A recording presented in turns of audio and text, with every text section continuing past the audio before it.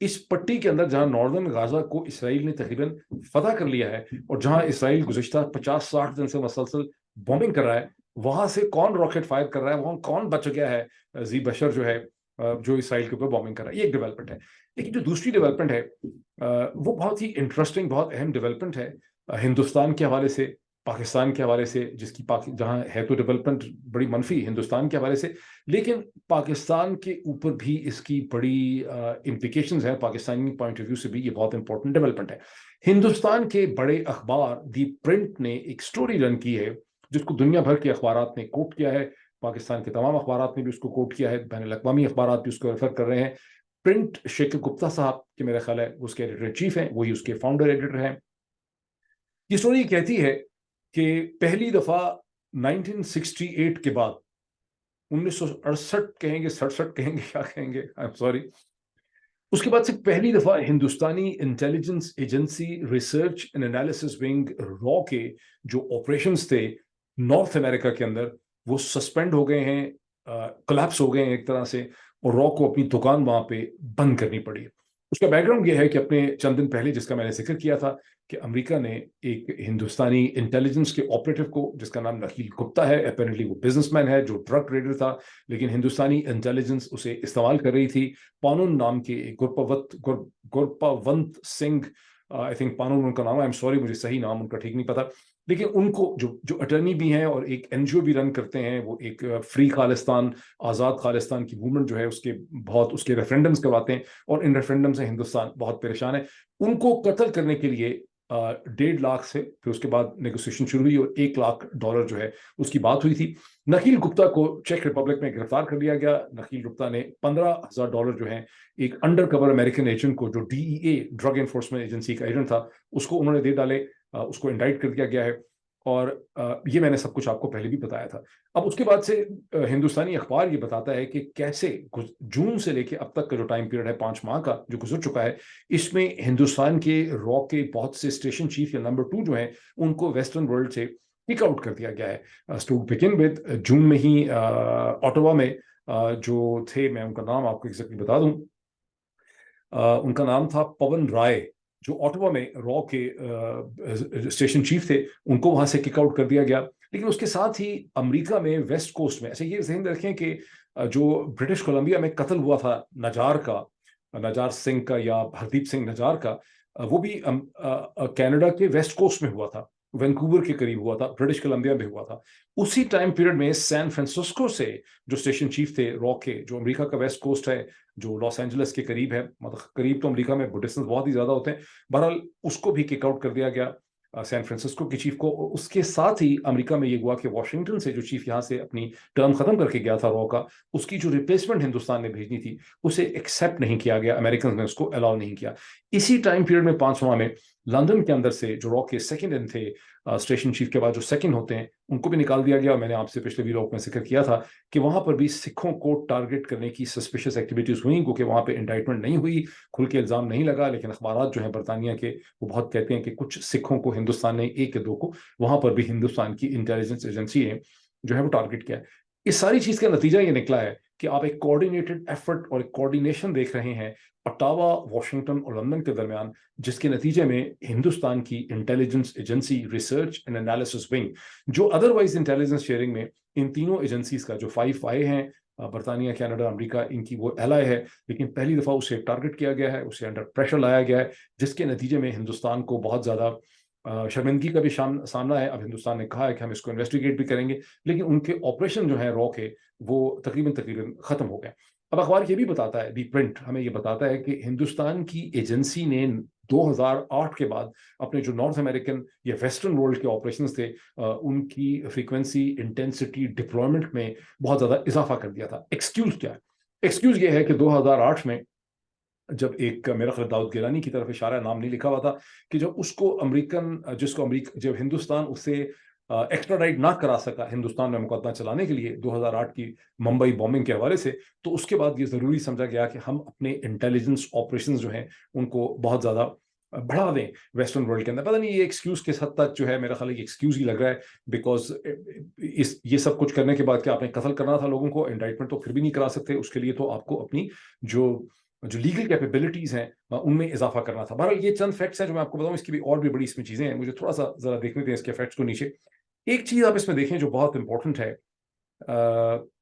وہ یہ ہے کہ ہندوستان میں ابھی بھی ذرائع ابلاغ کی اور میڈیا کی اتنی آزادی اور تشخص ایگزسٹ کرتا ہے کہ ہندوستان کے ایک بڑے اخبار نے یہ انویسٹیگیٹو سٹوری جو ہے ہندوستان ہی کے ریٹائرڈ انٹیلیجنس آفیسرز کی مدد سے لکھی ہے. دی پرنٹ نے, شیکھر گپتا بہت ریسپیکٹڈ ایڈیٹر ان چیف ہیں, ہندوستان کی اسٹیبلشمنٹ کے ساتھ ان کا گہرا تعلق ہے, اور اس سے پہلے بھی آپ نے دیکھا کہ ایون پاکستان میں جب گرفتاریاں ہوئی ایجنٹس کی تو ہندوستان کے اخبارات میں بہت ڈیٹیل سے اس کی تفصیلات جو ہیں چھپی. اب اس کو کمپیئر کریں, کیا پاکستان میں اس قسم کی کوئی چیز یا اس سے ملتی جلتی کوئی چیز ہو سکتی ہے؟ کیا آپ نے دیکھا پاکستان کے اخبارات کے اندر کہ یہ ہو کہ کینیڈا کے اندر 2000 میرا خیال ہے 20 کے اندر جب قتل ہوا کریمہ بلوچ کا, جو بلوچ ایکٹیوسٹ تھیں, بڑی پرومیننٹ تھیں, بڑی نوجوان تھیں, صرف 37 ایئرس کی تھیں, مسٹیریسلی ان کو ان کی لاش جو ہے وہ دریا میں ملی. انہی کے کزن ساجد حسین کی سویڈن میں بھی اسی طرح سے چند مہینے آگے پیچھے کی بات ہے, میرا خیال 21 میں یا 22 میں ان کی بھی ڈیتھ ہوئی. کیا ان دونوں کے اوپر کیا کوئی انویسٹیگیٹو سٹوری آپ نے پاکستان کے اخبارات میں دیکھی؟ میں نے کم از کم نہیں دیکھی. اسی طرح سے 2022 میں برطانیہ میں گوہر خان ایک پاکستانی نژاد برطانوی شہری جس کو انڈائٹ کیا گیا, جس کے اوپر الزام یہ تھا کہ وقاص گورایا جو نیدرلینڈز میں ہیں, میرا خیال ہے نیدرلینڈ میں ہی ہیں, نیدرلینڈ کے اندر مقیم ہیں, ویلاگر ہیں, ٹویٹر کے اوپر بہت ایکٹیو ہیں, انہیں قتل کرنے کے لیے £1,00,000 یا $1,00,000 کا یہ ٹھیکہ تھا, یہ کانٹریکٹ کلنگ تھی جس میں اس شخص نے وہاں جا کے ان کو قتل کرنا تھا. لیکن یہ پکڑا گیا, اس سے ویپن ڈسکور ہو گئے, اس کے بعد اس کا بھی ایک ٹرائل ہوا, مجھے نہیں پتا اس کو بعد میں کتنی سزا ملی کتنی نہیں ملی. لیکن ان چیزوں کے اوپر کبھی آپ کو کوئی ڈیٹیلڈ معنی خیز انویسٹیگیٹو سٹوری جو ہے وہ پاکستان کے اخبارات میں جو آپ کو نہیں ملی ہوگی. تو یہ فرق آپ کو دیکھنا پڑے گا کہ غلطی ہندوستان نے کی ہے, ہندوستان کو پہلی دفعہ میوزک فیس کرنا پڑ رہا ہے. اس وقت میں آپ کو یہ کنفرم کر سکتا ہوں کہ امریکہ میں ملٹیپل لیولز کے اوپر جو کمیٹیز ہوتی ہیں, جو ڈفرینٹ انسٹیٹیوشنز ہیں, ان میں یہ چیز ڈسکس ہو رہی ہے کہ اگر ہندوستان اور اس کے ساتھ ساتھ پاکستان پہ نظر نہ رکھی گئی, ان کے جو انٹیلیجنس آؤٹ فٹس ہیں جو ایمبیسیز کے اندر سے کام کرتے ہیں, کانسولیٹس کے اندر سے کام کرتے ہیں, اور اگر ان کو نہ روکا گیا, کیونکہ جس طرح سے شہزاد اکبر صاحب کے اوپر, اس کو امریکہ میں بھی نوٹ کیا گیا, جس طرح سے بیرسٹر شہزاد اکبر کے اوپر ایسڈ پھینکا گیا ہے برطانیہ میں کیمبرج کے قریب کہیں پہ, اس کو امریکہ میں بھی جتنی بھی لا انفورسمنٹ ایجنسیز ہیں انہوں نے اسے بہت غور سے دیکھا ہے, اور ان کے اوپر یہ ڈسکشن یہ ہوئی ہے, اور اوپر تک وہ ڈسکشن ایسکیلیٹ ہو رہی ہے اس وقت کہ اگر اس چیز کا راستہ نہ روکا گیا تو پھر ہندوستان پاکستان جو ہے یہ مزید امبولڈن ہوں گے, اور ان کے ساتھ ساتھ پھر یہ چیز تو ایران بھی شروع کر دے گا, یہ چیز تو پھر سیریا بھی شروع کر دے گا, یہ چیز تو پھر کوریا بھی شروع کر دے گا. اگر ان کا راستہ جو ہے نہ روکا گیا, پھر تو دنیا کے ہر ملک کو ایک کھلم کھلا چھٹی مل جائے گی. پھر سوڈان بھی یہی شروع کر دے گا, پھر صومالیہ بھی یہی شروع کر دے گا, پھر کوئی اور بھی یہ سب تماشا جو ہے وہ شروع کر دے گا. تو یہ ایک اس وقت اس کی انڈرسٹینڈنگ ہے جو بہت میں سمجھتا ہوں کہ ضروری ہے. اور پاکستانی اپنی پیٹریوٹزم کی وجہ سے ہم سب نے پہلے جب یہ خبریں سنی, کریمہ بلوچ کا سنا, وقاص گورایا کا سنا, سب سنا, تو ایک تو ہمیں ڈس بلیف تھا, ہم اتنا سمجھتے تھے کہ ہمارے لوگ اتنے اچھے ہیں, اتنے نیک ہیں, پاک دامن قسم کے ہیں کہ وہ اس قسم کی کوئی چیز کر ہی نہیں سکتے. لیکن اب یہ بات شہید ارشد شریف کے قتل کے بعد یہ واضح ہو چکی ہے کہ ہمارے لوگ بھی کوئی اتنے پارسا نہیں ہیں. جس طرح سے اس پورے معاملے کو ڈیل بھی کیا گیا, انویسٹیگیشن بھی اس کی نہیں ہونے دی گئی. تو پاکستانی امریکن ہوں یا برٹش ہوں یا یورپینز ہوں, بڑا ضروری ہے کہ ہم اپنا قلم اٹھائیں اور نشاندہی کریں یہاں کی لوکل پولیسنگ اور انٹیلیجنس ایجنسیز کو, اور ان کو بتائیں کہ بھئی آپ ان کے اوپر نظر رکھیں. اور جس طرح سے federal bureau of investigation FBI نے ایک ہاٹ لائن قائم کر رکھی ہے ٹرانس نیشنل ریپریشن کی, اگر آپ کو تھریٹن کیا جاتا ہے یا آپ کے رشتہ داروں کو یا آپ کے بزنسز کو ٹارگٹ کیا جاتا ہے پاکستان میں, تو آپ FBI کی گوگل پہ جائیں, ان کی سائٹ ڈھونڈیں ٹرانس نیشنل ریپریشن کی, وہاں اس کو رپورٹ کریں. جتنے زیادہ لوگ اس پہ رپورٹ کریں گے اتنا بہتر جو ہے اس کا اثر ہوگا. اور پاکستان کی جو اتھارٹیز, اور ہم چاہتے بھی نہیں, ہم تو چاہتے یہی ہیں کہ پاکستان کا نام بہت اچھا ہو, اور ان کے اگر کوئی ارریسپانسبل ایسے کیریکٹرز ہیں جو اس طرح سے سوچتے ہیں تو ان کا راستہ جو ہے وہ روکا جائے, ان کو پہلے ہی احساس ہو کہ اس کی ایک اکاؤنٹیبلٹی ہوگی, یہ چیز جو ہے وہ نظر آ رہی ہے, کوئی ڈھکی چھپی بات نہیں ہے, وہ زمانہ ایج آف انسنس کا ختم ہو گیا. تو یہ دو ڈیولپمنٹس انٹرنیشنل کے حوالے سے, میں اب آ جاتا ہوں پاکستان کی ڈیولپمنٹ پہ. آج دن بڑا اب سے چند گھنٹوں میں فیصلہ ہو چکا ہے. آج جو اسپیشل کورٹ ہے سائفر کی, اس کے جو جج صاحب تھے ابو الحسنات ذوالقرنین صاحب، ان کے پاس ایک بڑی لائیولی قسم کی ڈبیٹ اور بحث ہوئی عمران خان کے اور شاہ محمود قریشی کے وکلا کے، جہاں شاہ محمود قریشی کے وکلا نے بارہا ان کو یہ بتایا وکیل صاحب نے کہ بھائی میرا جو موکل ہے اس کا کسی سیکیورٹی تھریٹ کے اندر ذکر ہی نہیں ہے، اس کو کیوں نہیں آپ مقدمہ یہاں اوپن ٹرائل میں چلاتے، اس بیچارے کا جیل میں آپ کیوں ٹرائل چلا رہے ہیں؟ لیکن اس کا ذوالقرنین صاحب نے کوئی جواب جو ہے نہیں دیا. لیکن اور اس کے بعد انہوں نے یہ کہا کہ جیل کا اچھا پہلے بحث یہ ہوتی رہی کہ جج ذوالقرنین صاحب نے کہا کہ چونکہ ابھی تک وکلا نے تو اس کو کہا کہ آج کے دن میں تو کم از کم آپ کو عمران خان اور شاہ محمود قریشی کو آج اس اوپن عدالت کے اندر فیڈرل جوڈیشل کمپلیکس جو ہے اس میں آپ کو ان کو پیش کرنا چاہیے تھا. تو اس میں جج صاحب نے کہا کہ میں اس کا انہوں نے کوئی جواب نہیں دیا. نہیں، اس کا انہوں نے جواب دیا، انہوں نے کہا میرا آپ 28 نومبر کا آرڈر جو ہے اس حوالے سے پڑھ لیں. لیکن وہ یہ کہتے رہے ان دا بگننگ کہ مجھے ابھی تک ministry of law and justice کا وہ نوٹیفیکیشن ملا نہیں ہے جیل ٹرائل کے حوالے سے، اور اگر مجھے نہ ملا تو پھر ظاہر ہے کہ میں آرڈر کروں گا، میں بلاؤں گا عمران خان اور شاہ محمود قریشی کو آج ہی. تو اب یہ بحث کب ہو رہی ہے؟ یہ بحث ہو رہی ہے 1 دسمبر کو. پھر اچانک جب وہ یہ بولتے رہے جج صاحب تو آدھے گھنٹے کے اندر اچانک کہیں سے 29 نومبر کی تاریخ کا ministry of law and justice کا نوٹیفیکیشن جو ہے وہ ایشو بھی ہو گیا، ان کے ہاتھ میں پہنچ بھی گیا، اور جس میں اجازت دے دی گئی کہ عمران خان اور شاہ محمود قریشی کا آپ اڈیالہ جیل کے اندر ٹرائل کر سکتے ہیں. اس کے بعد وہ ٹرائل جو ہے وہ اب 2 دسمبر کی صبح 9 بجے اڈیالہ جیل کے اندر ٹرائل شروع ہو رہا ہے، جسے جج ابو الحسنات ذوالقرنین صاحب جو ہیں اس ٹرائل کو لیڈ کریں گے. اور وہاں پر انہوں نے یہ بھی ابھی تک یہ کلیئر نہیں ہے کہ اچھا یہ وہ کہہ ہی رہے ہیں کہ یہ ایک اوپن ٹرائل ہوگا، لیکن ابھی تک یہ کلیئر نہیں ہے کہ یہ کس قسم کا اوپن ٹرائل ہوگا اور اس میں کون سا میڈیا ہے، اپنی مرضی کا ہی میڈیا ہوگا، یہاں پر New York Time, Washington Post, Reuters, AFP، human right organisations, کچھ اور اگر اس کو دیکھنا چاہیں لوگ، کیا ان سب کو آنے کی اجازت ہوگی؟ ابھی تک کوئی کلیئرٹی نہیں ہے. وہ جو میں نے پچھلے ویلاگ پہ کہا تھا کہ جتھوں دی کھوتی اتھے آن کھلوتی، کہ اسلام آباد ہائی کورٹ کے بینچ کے ڈویژن کے فیصلے سے پہلے بھی میں نے کہا تھا کہ انڈین فیصلہ یہی ہوگا. سلمان اکرم راجہ صاحب جو بہت زیادہ محنت کر رہے ہیں، بڑے زبردست قسم کے دلائل دے رہے ہیں، رزلٹ اس کا یہ نکلے گا کہ ری ٹرائل ہو جائے گا، لیکن ہوگا جیل کے اندر، بیکاز یہ افورڈ ہی نہیں کرتے کہ عمران خان کی جھلکیاں جو ہیں وہ پاکستان کے عوام دیکھ سکیں. عمران خان کی جو مسکراہٹ ہے، اور اگر وہ بارش ہو گئے ہیں اور وہ میڈیا سے بات کرتے ہیں اور وہ کچھ جملے بولتے ہیں، یہ افورڈ نہیں کرتے، بیکاز یہ اتنا ڈرتے ہیں، اتنا گھبراتے ہیں کہ اس چیز کو افورڈ نہیں کرتے. تو بہرحال آج وکلا نے جج صاحب کو یہ بھی یاد کروایا کہ جج صاحب اسلام آباد ہائی کورٹ کے ڈویژنل بینچ نے کلیئرلی اس مقدمہ جو ہے اس پورے ٹرائل کو انہوں نے کالعدم قرار دیا تھا، اور اس کے بعد انہوں نے کہا تھا کہ اوپن ٹرائل ہونا چاہیے. تو آپ یہ اب کیا کر رہے ہیں؟ تو آپ اس کو بالکل آپ اسلام آباد ہائی کورٹ کی خلاف ورزی کر رہے ہیں. تو اس پہ جج ابو الحسنات ذوالقرنین صاحب نے کہا کہ میرا 28 نومبر کا جو ڈیسیجن ہے وہ آپ پڑھ لیں. پھر ان کو وکلا نے کہا کہ جناب 23 نومبر کو آپ نے اسلام آباد ہائی کورٹ کے ڈیسیجن کے بعد خود بھی اپنا ایک ڈیسیجن کیا تھا، اور آپ نے کہا تھا کہ 28 نومبر کو اوپن ٹرائل ہوگا، اور آپ نے کوئی ریزنز لکھے ہی نہیں ہے کہ جیل ٹرائل جو ہے وہ کیوں آپ اس کو سمجھتے ہیں کہ جیل ٹرائل جو ہے وہ ہونا چاہیے. تو اس پہ جج صاحب نے یہ کہا کہ آپ میرا 28 نومبر کا فیصلہ پڑھ لیں. اور یہ اس پہ مجھے بڑی وہ یاد آئی پرانی مینجمنٹ کی بات جو آپ نے اکثر سنی ہوگی، roll number 1 is boss is always right, and roll number 2 is if you think that boss is not right, see rule number 1. تو جج ابو الحسن جو ہے وہ یہی کہتے رہے. ایک اور بڑی کمال کی چیز کی جج صاحب نے، اور وہ کمال کی چیز انہوں نے یہ کی کہ انہوں نے کہا کہ یہ ٹرائل جو ہے ریفرنگ ٹو دی اسلام آباد high court single bench chief justice جناب موزز جسٹس عامر فاروق صاحب کا جو فیصلہ تھا، جب انہوں نے اب سے چند دن پہلے فیصلہ کیا کہ اسلام آباد ہائی کورٹ کے بینچ ڈویژنل بینچ سے پہلے کہ سائفر کے ٹرائل کو 1 مہینے میں ختم کریں. اب اس بات کو ویسے 10-15 دن گزر چکے ہیں.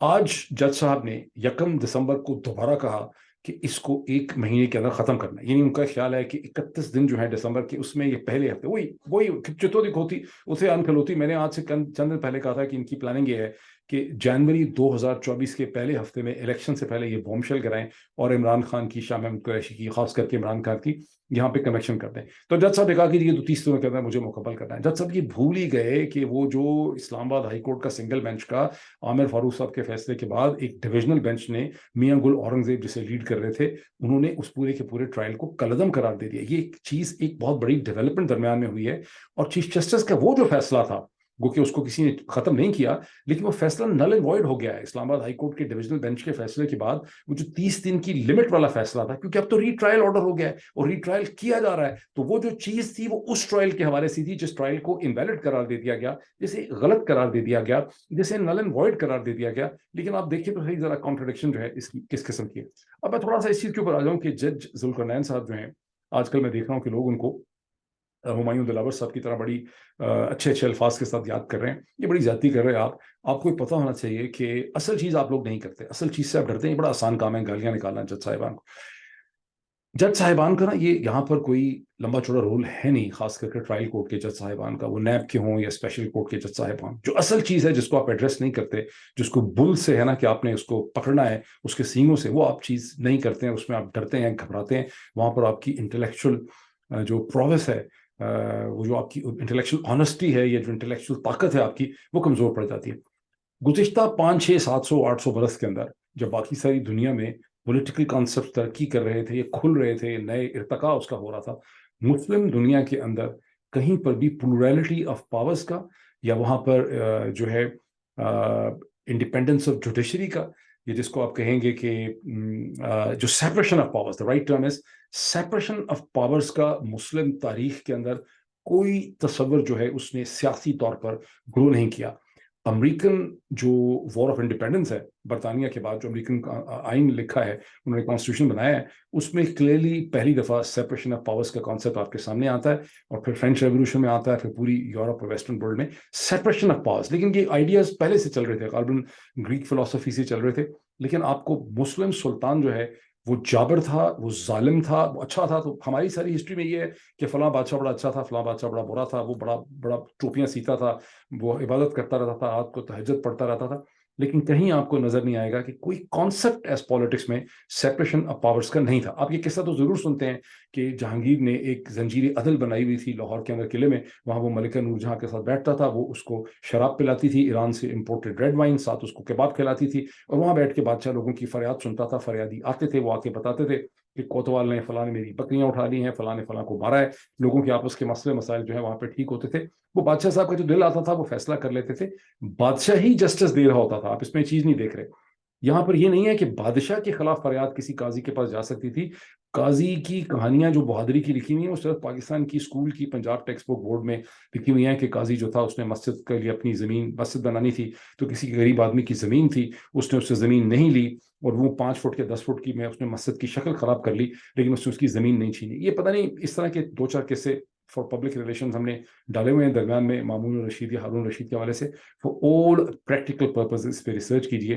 کوئی سیپریشن آف پاورز کا کانسیپٹ نہیں تھا. سلطان مطلق العنان تھا. زیادہ تر قاضیوں کو پتہ ہوتا تھا, قاضی وقت کو, کہ سلطان کے خلاف کوئی فیصلہ نہیں کرنا, اس کے جہاں اس کے انٹرسٹ جو ہیں وہ کہاں لائے کرتے ہیں. اور جس کسی نے کبھی آنکھ دکھانے کی کوشش کی یا کوئی اخلاقی جرأت دکھانے کی کوشش کی, اس قاضی کا,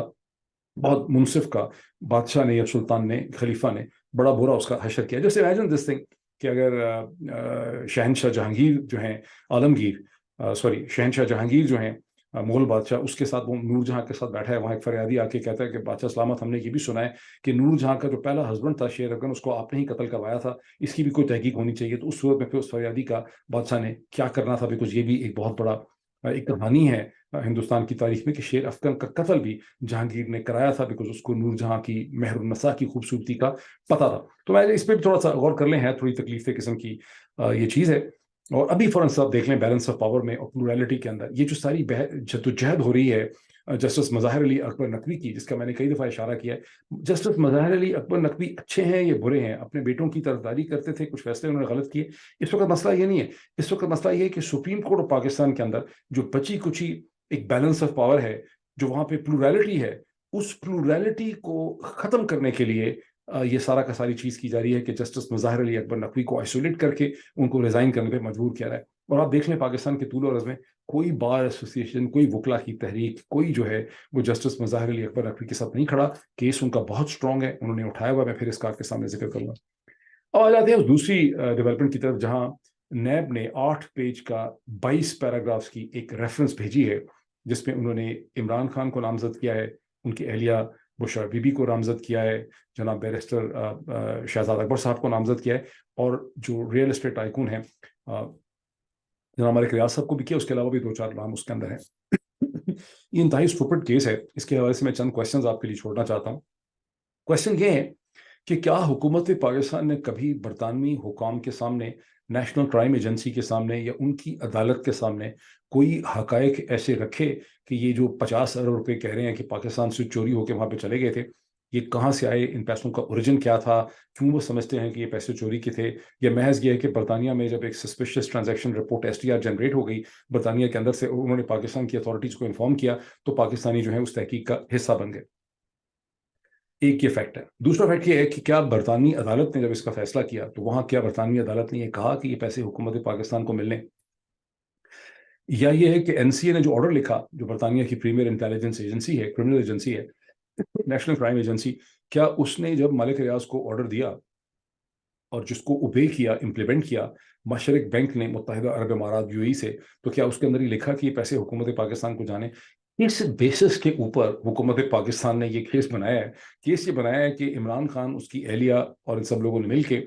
50 ارب روپے کا حکومت پاکستان کا نقصان کر دیا ہے, جو حکومت پاکستان کو ملنے چاہیے تھے, اور یہ پیسے اسٹیٹ بینک کے پاس پڑے تھے. 23 نومبر کو 35 ارب روپیہ تو اسٹیٹ بینک نے دے بھی دیا ہے. اس کی کیا سگنیفیکنس ہے؟ بیکاز ابھی آپ کو پتہ ہی ہے کہ سپریم کورٹ میں کس قسم کا موسم ہے. شاید ان کے کیس کو سبسٹینشیٹ کرنے کے لیے سپریم کورٹ نے یہ پیسے دیے ہیں تاکہ یہ بات ہو سکے کہ یہ پیسے جو ہیں ان کو حکومت کے ہی بجٹ کے اندر یا حکومت کے اکاؤنٹس کے اندر اس کو آنا چاہیے تھا. کابینہ نے جو فیصلہ کیا تھا 2018-19 میں, وہ فیصلہ کیوں کیا تھا, کیسے کیا تھا, اصل ایشوز کیا ہیں؟ میں نے آپ کو بتایا تھا کہ بیرسٹر شہزاد اکبر کے ساتھ میں اس کی بات کرنا چاہتا تھا. ان پہ تیزاب کا حملہ ہو گیا, ابھی ان کو نامینیٹ بھی کر دیا گیا ہے. تیزاب کے حملے کی بھی ایک میٹنگ آپ کے سامنے آ جاتی ہے, کیونکہ ان کو مسلسل یہ ان کے اوپر پریشر تھا کہ انہیں اس کیس کے اندر عمران خان کے خلاف وعدہ گواہ بننا چاہیے. تاہم میں نے جس دن ان پہ تیزاب کا حملہ ہوا, میں نے اس دن بیرسٹر شہزاد اکبر کا انٹرویو کرنا تھا. ابھی 1-2 دن کے بعد اسی حوالے سے میں بیرسٹر شہزاد اکبر کا انٹرویو ہو سکتا ہے کل ہی کر دوں. میں وہ انٹرویو بھی کروں گا اور ان سے ہم یہ پوچھیں گے کہ جو کیبنٹ کا ڈیسیجن تھا جس کی بیسس پہ یہ ساری چیز بنائی گئی ہے, اس کی اہمیت کیا ہے, اس میں وہ فیصلہ ڈیسیجن کا وہ کیا تھا. اب ملک ریاض صاحب کا چونکہ جاوید چودھری صاحب نے ایک شوشہ چھوڑا ہوا ہے کہ انہوں نے ایک انٹرویو ریکارڈ کروا دیا ہے, کروانے والے ہیں. ابھی تک تو میرا خیال ہے, میں نے دیکھا ہے, مجھے کوئی انٹرویو ان کا ایسی رپورٹ نہیں آئی کہ انہوں نے کوئی انٹرویو دے دیا ہے. یہ دیکھنے کی بات ہے. مجھے ویسے شک ہے کہ ملک ریاض صاحب شاید عمران خان کے خلاف کوئی انٹرویو اس طرح کا ریکارڈ نہیں کروائیں گے.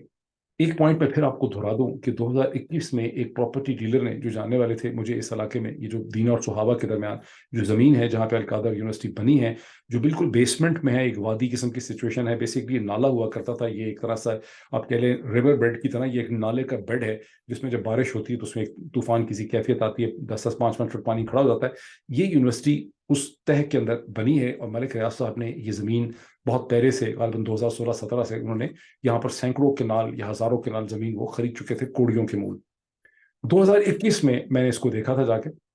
کیونکہ ریئل اسٹیٹ والا جو پراپرٹی کا ایجنٹ تھا اس نے مجھے کہا کہ یہاں پہ اگر 2-3 کروڑ روپے کی انویسٹمنٹ ہو تو بہت اچھی زمین جو ہے وہ حاصل کی جا سکتی ہے, اور یہاں پہ اس کی ویلیو بہت اضافہ ہوگا, یونیورسٹی ہوگی, اسٹوڈنٹس ہوں گے, ہاسٹل بنیں گے, یونیورسٹی پروگرس کرے گی, تو آج سے 10 سال کے بعد اس کی قیمت بہت ہوگی. تو اس وقت جو سب سے بہتر پلاٹ تھے جو پہاڑی کے اوپر تھے وہ 9-10 لاکھ روپے پر کنال تھے. جو نیچے تھے, یہ دور تھے یونیورسٹی سے, وہ جو ہے وہ سستے تھے. تو اگر آپ 10 لاکھ روپے کی پرنسپل پرائس 2021 میں رکھیں تو یہ جو 458 ہے, یہ کوئی 45 سے 50 کروڑ روپے کی ٹوٹل زمین بنتی ہے 2021 میں. اگر آپ پیچھے چلے جائیں 2017-18 کے اندر, تو ظاہر ہے کہ کوڑیوں کے مول اس کی زمین ہوگی, لاکھ روپے کنال بھی یہ نہیں ہوگی, اس سے کم ہوگی, اس کے اوپر نیچے ہوگی. تو یوں یہ 4-5-6 کروڑ روپے کی ٹوٹل زمین بنتی ہے 2017 والے میں. کیوں بنتی ہے, کیوں اس کی پرائس میں اضافہ ہوا؟ بیکاز جب بھی آپ اسٹرکچرل ڈیولپمنٹ کرتے ہیں کسی زمین میں, یہ اسلام آباد جب نہیں بنا تھا, اس کا جو ماسٹر پلان نہیں بنا تھا, اس کو گورنمنٹ نے پلان نہیں کیا تھا, تو کوڑیوں کے مول, مجھے ایک بزنس مین نے بتایا, پرانے صاحب نے, کہ general field marshal Ayub Khan business man کو کراچی کے 4 کنال 25,000 روپے کا, وہی 4 کنال جو آج غالباً 1 ارب روپے سے زیادہ کا ہے اسلام آباد میں, وہ 25,000 روپے کی. جان صاحب نے, فیلڈ مارشل ایوب خان نے اپنے رائٹ سائڈ پہ فائل رکھی ہوتی تھی, جو بھی بزنس مین آتا تھا اس کو ایک فائل دیتے تھے, کہتے تھے یہ آپ اسلام آباد میں 4 کنال کا ٹکڑا جو ہے F6 میں وغیرہ جو ہے وہ لے لیں, اور G63 وغیرہ کے اندر. تو 25,000 روپے کی وہ فائل گورنمنٹ اس وقت بیچ رہی تھی 1960s کے اندر. آج وہ 1 ارب روپے سے زیادہ کے وہ پلاٹس ہیں. جب آپ, پھر ظاہر ہے اس میں بہت اضافہ ہوا, جب آپ لینڈ ڈیولپمنٹ کرتے ہیں, اسٹرکچرل ڈیولپمنٹ کرتے ہیں, ماسٹر پلانز بناتے ہیں, فیسلٹیز لے آتے ہیں, تو زمین کی قیمت جو ہے وہ بڑھتی چلی جاتی ہے. ان فیکٹس کو ذہن میں رکھیں آپ.